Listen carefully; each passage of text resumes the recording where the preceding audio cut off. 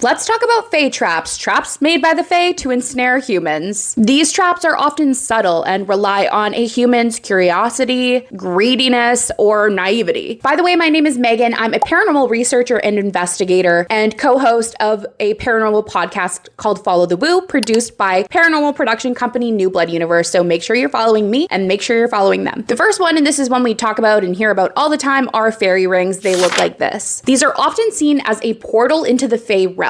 A person who steps into one of these rings might be drawn into a dance. In this ring, in this dance, time moves differently, and you're likely to lose track of time. You might think that you've been there for an hour. Well, you've been there for a year, okay? You think you're coming home for supper later tonight? You're coming home and your mom's 92, okay, baby? Is not bad news bears. This is said to be a common way that the Fae trap humans into their world. Another common natural trap would be a fairy mound or a fairy hill. They would look like this. These are typically ancient burial mounds or natural hills that are often associated with the Fae. These mounds are also said to be entrances into the fairy world. Humans who either disturb or approach these mounds, especially at different times of day like dusk or in certain seasons, might be drawn inside and trapped. Once inside, they might be kept as a guest or a prisoner, but either way, unable to return to the human realm. Next, we got will-o'-the-wisps. I hope I said that right. I always wonder if I'm saying it right. Regardless, these are mysterious lights that kind of dance over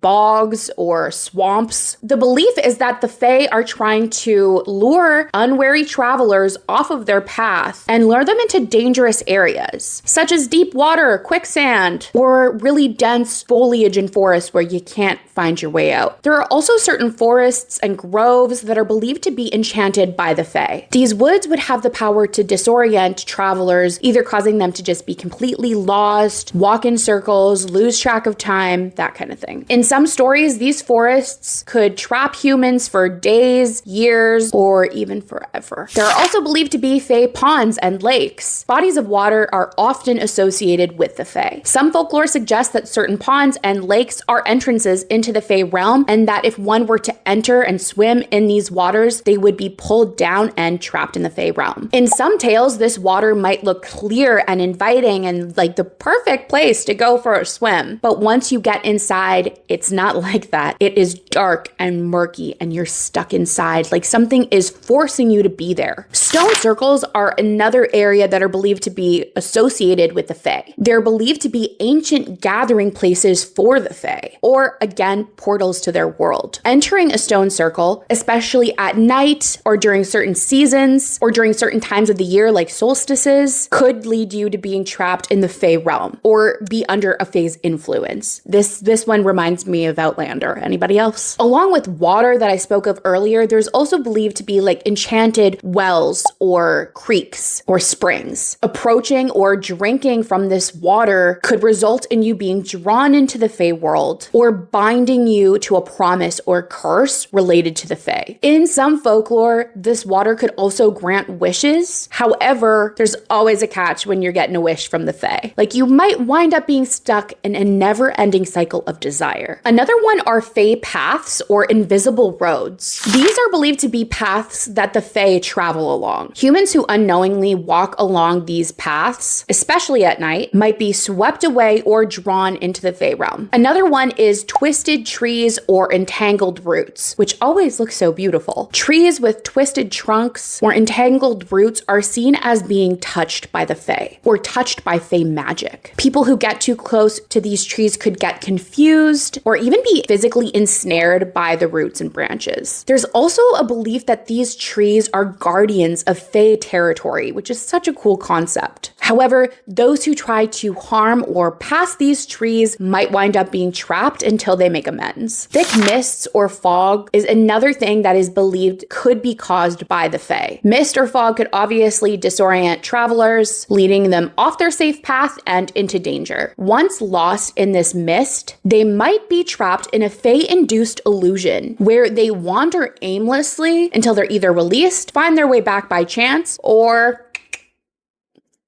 They starve to death and Bob's your uncle. It's bad news bears. Those are all of the natural and kind of nature-driven ways that the Fae might entrap humans, but there are other ways that are a little more sinister. So one of these ways are bewitching tunes. You're being enchanted by music and dancing. In many folklore stories, a human will hear enchanting music and feel lured to follow the sound. Once they get to the source of the sound, it will typically be a Fae gathering where they are either forced to dance until they collapse from exhaustion or trapped in the Fae realm. Not good. Something the Fae are also super good at is glamour and illusions. So they might make something look more beautiful and desirable than it really is. For example, a bed of leaves might be made to look like a bed of gold. Score? But not score, because it's leaves, bro. If you were to go and try to grab that gold, the Fae be grabbing you. Or another way that they might glamour would be making themselves to look like a lost child or a beautiful maiden, luring a human to help them. Another thing they might do is offer you a little treat, okay? Don't accept treats from the Fae. Accepting food and drink from the Fae can be literally dangerous. In folklore, eating or drinking anything from the Fae realm can bind you to the Fae realm. I don't know if any of you saw Pan's Labyrinth, such an iconic movie, but in the movie, the little girl eats the food in the Fae realm, and that was one of the things she was absolutely not supposed to do. This is something that could trap you in the Fae realm forever. Another thing that the Fae might do to try to trap or ensnare humans is making deals or promises. Never make a deal or a promise with the Fae, because they are notorious for making deceptive promises and deceptive deals. You're getting the shit end of the stick, I promise. You might promise something to them that seems harmless, while they promise something to you that they're being very vague about. Humans often wind up being bound or trapped in the Fae realm due to these promises and deals. For instance, you might be promised wealth for only doing a small favor for them. They probably won't give you the details of what that small favor is, or if they do, they'll make it sound like it's easy peasy, when in reality, it's probably extremely dangerous. The Fae are also often believed to take items from humans, like clothing, tools, or even names. In folklore, if a human tries to take those things back, they might be inadvertently agreeing to a Fae's terms on something, trapping them into a contract or some type of debt. Indebted to the Fae, not somewhere you want to be. Another thing the Fae might do is trick you with kindness. If you are in a situation of distress, a Fae might appear and seem as though they're there to help you, when in reality, they're leading you further into danger. Or you might be obligated or indebted to the Fae for their help, which again is going to lead you into a very dangerous situation. Why you should never give your name to the Fae, I'm going to tell you why. I'm not sure if you've heard, but this is a common belief in folklore that you should not give your name to the Fae. Here's why. The first reason is names are a source of power. In many cultures or belief systems, knowing someone's true name can give you power over them. This belief is prevalent in Fae lore, where a fairy who knows your name can use it to control or manipulate you. By giving your name to the Fae, you might be inadvertently giving them the ability to command you or bind you to their will. Not good. The second reason is binding and curses. The Fae are known for their ability to make binding promises and contracts. Think the unbreakable vow that Snape makes to Narcissa in Harry Potter. If the Fae know your true name, they might use it to bind you to a contract, a curse, or a deal. This could result you being trapped in the Fae realm, losing something of great value to you, or compelling you to fulfill an unfair bargain. Another one is loss of identity. In some folklore, giving your name to the Fae could result in them stealing your identity, leaving you vulnerable to them literally erasing you from existence. This could mean you lose your sense of self, your memories, or your place in this world. There's also this belief that your name has a connection to your soul. So your name is tied to your soul, or essence, or life force. If a fairy knows your name, they might be able to manipulate your soul, potentially causing you great harm, or again, trapping you in the Fae realm. Another belief that is, if you give your name to the Fae, they might view this as an invitation or a form of consent. They need to learn no means no, bro. You might become obligated to fulfill fulfill their requests or demands, which could involve impossible and dangerous tasks. By withholding your name, you maintain a protective barrier between you and the Fae. This helps prevent them from forming a personal connection or attachment to you. It's also believed that the Fae have a harder time with trickery and deception if they don't know your true name. The warning to never give the Fae your name is knowledge that has passed down of being cautious and respectful when dealing with the Fae. It's a reminder that the Fae are unpredictable AF, and small actions like giving your name can have significant consequences. Why do the Fae even want to entrap humans? Let's talk about it. First of all, they might just be doing this for amusement and entertainment. These are mischievous little schnitzels. The Fae are believed to be curious about humans, so trapping a human might just provide them with a source of entertainment and a way to just satisfy their curiosity. To them, this also might just be playfulness. They see this as some form of amusement, and they derive pleasure from confusing their victims. Another reason is servitude and labor. It is believed that the Fae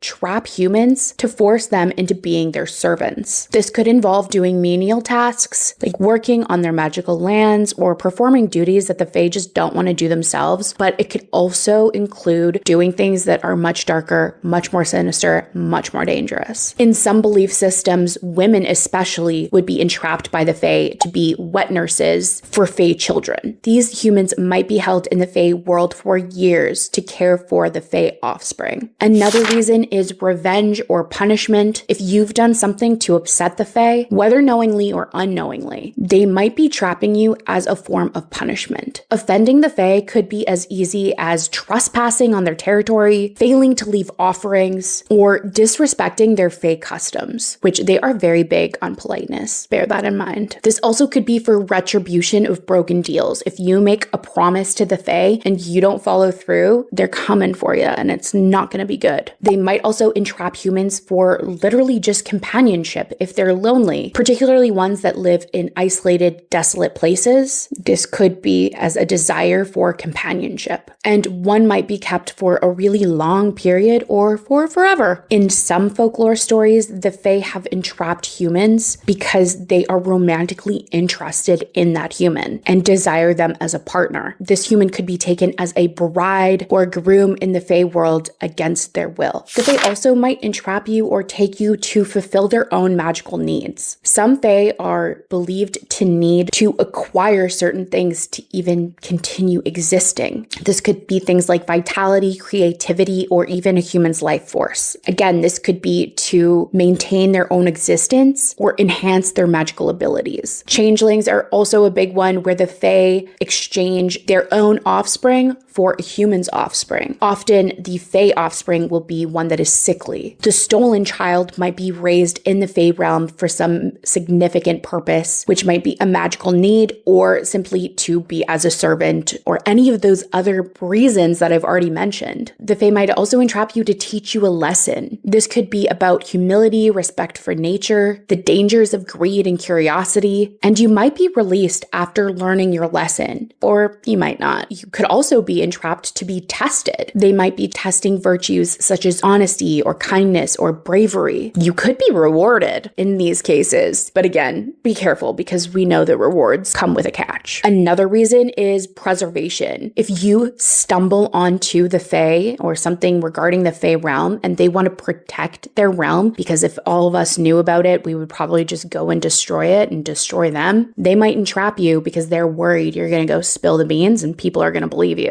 though they probably wouldn't. Well, I stopped making that video because I had to do some things and meant to get back to it, and then got a really wicked COVID variant. So picking up where I left off. Why should you be afraid of the Fae? Well, I'm going to tell you some of the scariest things that they do, because the Fae are enchanting, let's face it, but they have a much darker and sinister side as well. Some of these things I've already gone over. So changeling swaps, a Fae swaps one of their offspring for a human baby. That's terrifying. In many cases, the child of the parents of the humans is never seen again or might return years and years later. Secondly, are abducting humans and bringing them into the Fae realm, which might sound like some kind of fantasy. Okay, we're thinking Akatar, but it might not be Akatar. are, okay? It might be something more sinister and terrifying. Think more Pan's Labyrinth, okay? If you've seen that. Remember this guy? It's pretty scary. Third, we've got the Dance of Madness. They're forcing you to dance, and maybe that sounds nice. Maybe you want to dance, but eventually you're going to get tired and you're not going to want to dance, but you're not going to have a choice. Your body's just going to keep going until you just collapse from sheer exhaustion or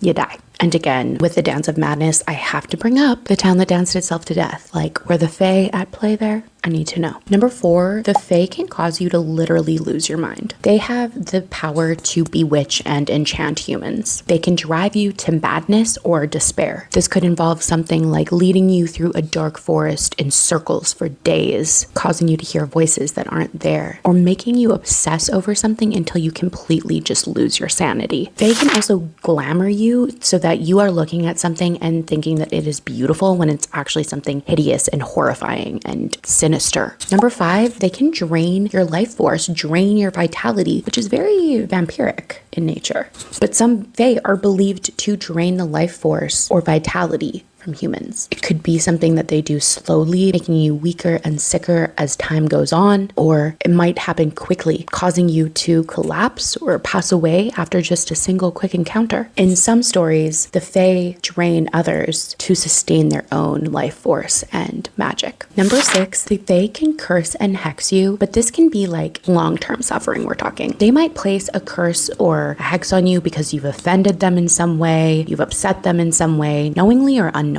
They can cause disease, misfortune in general, infertility, emotional torment like nightmares, depression, inability to find happiness. You might just live the rest of your days in misery with no clear understanding of what is causing your suffering.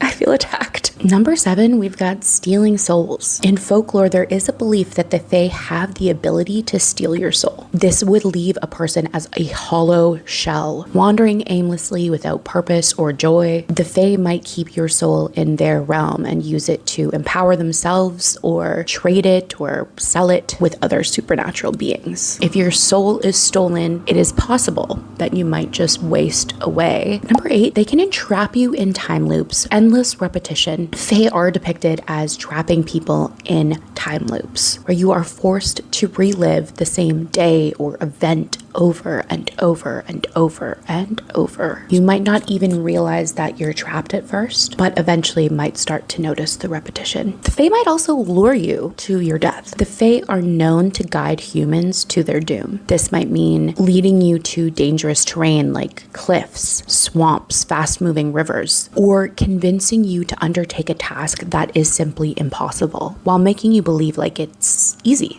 The Fae might disguise this terrain or this task as something appealing or harmless, and when you realize its true nature, it's too late for you to escape. In some Fae lore, the Fae have the ability to transform you into something not human, like an animal or a fish or an insect, or even inanimate objects. This could be a punishment for some offense that you've caused them, or it could just be done for their amusement. You could be forced to retain your consciousness while simultaneously forced to live out your day as a rock or a tree, or maybe something better like a bird, hopefully. But they are also rumored to be able to bind you to their world, meaning you wind up in the Fae realm somehow and are unable to leave, or you become so enchanted by the Fae that you lose all desire to return to the human realm. The human might start to completely forget their past life, becoming more and more like the Fae until they are indistinguishable from them. Another one is feasting on flesh. There are tales of Fae who like to devour humans.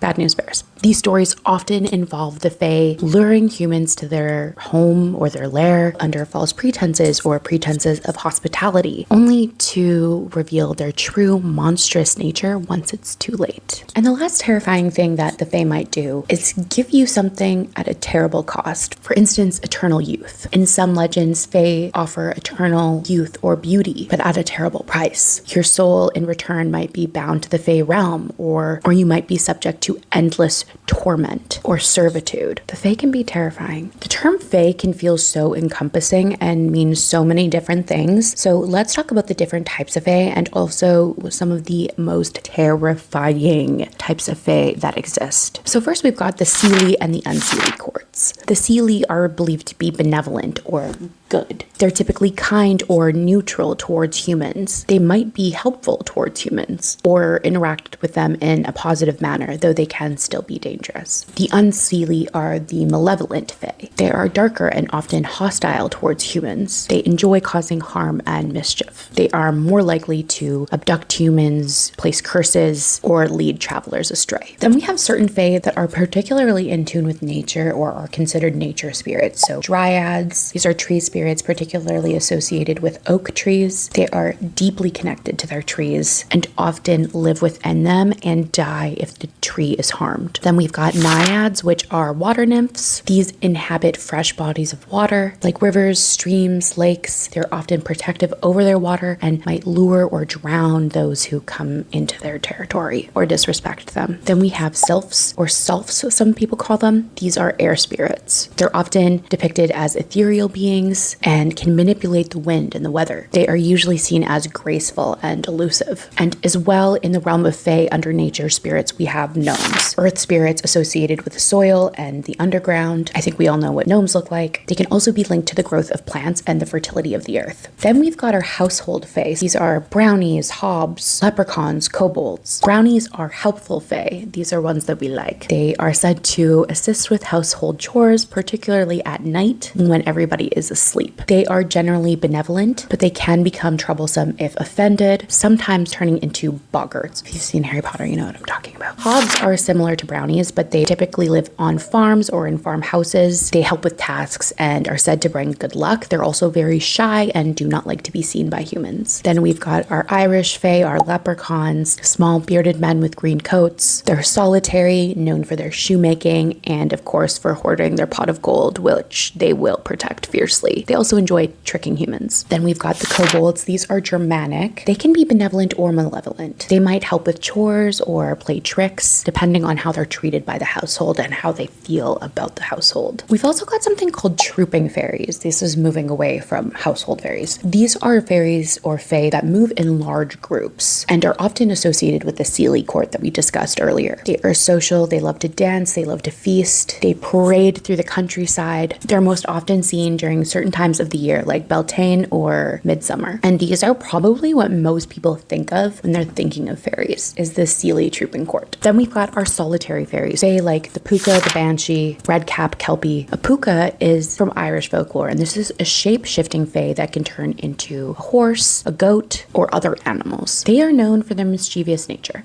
sometimes scaring or leading people astray, though they can also bring good fortune. Many of us know about the banshee from Irish and Scottish folklore. She's known as the Wailing Woman and is said to foretell the death of a family member. So banshees are usually seen as omens of death and are also usually associated with specific families, particularly ones of noble stock in Scotland and Ireland. Another solitary fae that I mentioned is the red cap. This one is bad news bears. So bad news bears. This is a malevolent fae from Scottish folklore. It's said to inhabit ruined castles, towers, ruins, and is known for its murderous nature, dyeing its cap red with the blood of its victims. And it allegedly needs to kill regularly to maintain its powers. It's just really not good, and you don't want to come across one of these guys. We've got the kelpie as well as a solitary fae. This is a water spirit from Irish folklore, often taking form of a black horse that lures people onto its back before drowning them. Kelpies are associated with rivers and lochs and are notoriously dangerous. We also have elemental fae, fire fae, often depicted as mischievous and temperamental. They're associated with flames, heat, and sometimes volcanic activity. They can be destructive if angered, but are also linked to warmth and transformation. We've got water fae, we kind of mentioned that earlier, so fae that are linked to bodies of water like rivers, lakes, seas, and wells. They can be both nurturing and dangerous depending on their mood. Some examples are naiads, selkies, and mermaids. We've got our earth fae, which are closely linked to the ground and natural landscapes. These can include gnomes, dwarves, and other spirits associated with rocks, mountains, forests. They are often guardians of natural treasures. And also somewhat mentioned earlier, we have our air fae, so ethereal beings connected to the sky and winds. Sylphs are a classic example, controlling the wind, controlling the weather. Very cool. In folklore, we also have fae queens and kings. For instance, Oberon and Titania. These are famous royal fae from Shakespeare, A Midsummer Night's Dream. In Celtic mythology, Morrigan